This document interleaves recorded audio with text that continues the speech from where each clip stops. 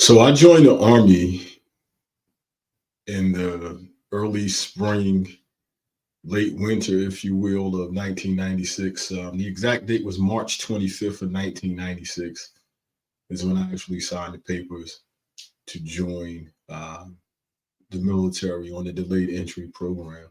I shipped on May 3rd of 1996. I had about a month to get my stuff together before I actually got on the plane and shipped out.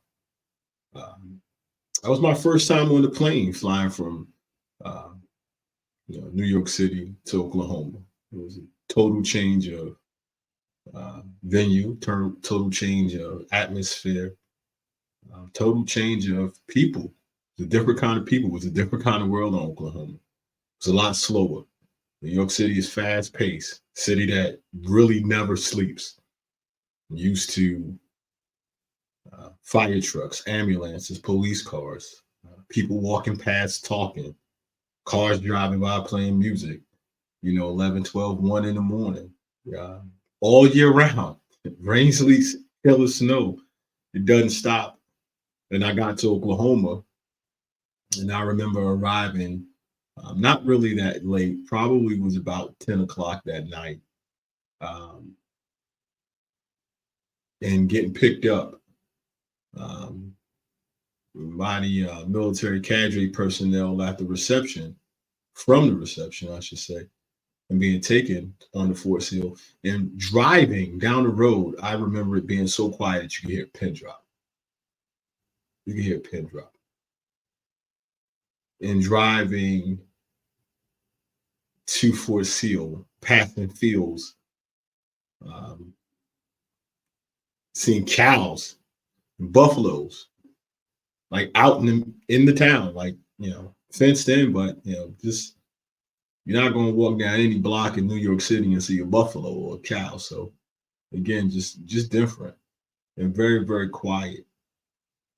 Um, and so that's when I joined the military. So I joined because my wife, who was my girlfriend at the time, became my wife, and told me that she was pregnant with our son, which turned out to be the first of three of the children that we would have during the course of our marriage. And when she told me that she was pregnant, um, I knew I had to do something fast. I was in a space where um, I was really trying to become a rapper. We had a whole team. I had a partner. We had a production team. We had a studio. We had everything going, and we shopping tapes. We shopping CDs at record companies trying to get a deal. Um, and it just wasn't moving at the pace that I needed it to move it, especially when I knew I had a baby on the way. And that was a major thing for me.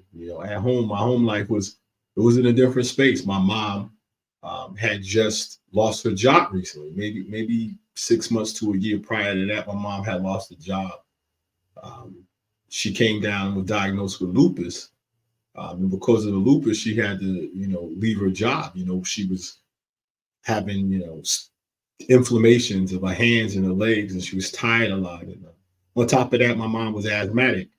Um, so that lupus really complicated things a lot, and she had to stop working. And when she had to stop working, I was in a two parent household with two incomes, but things automatically shifted to the way of my father, and it got tight.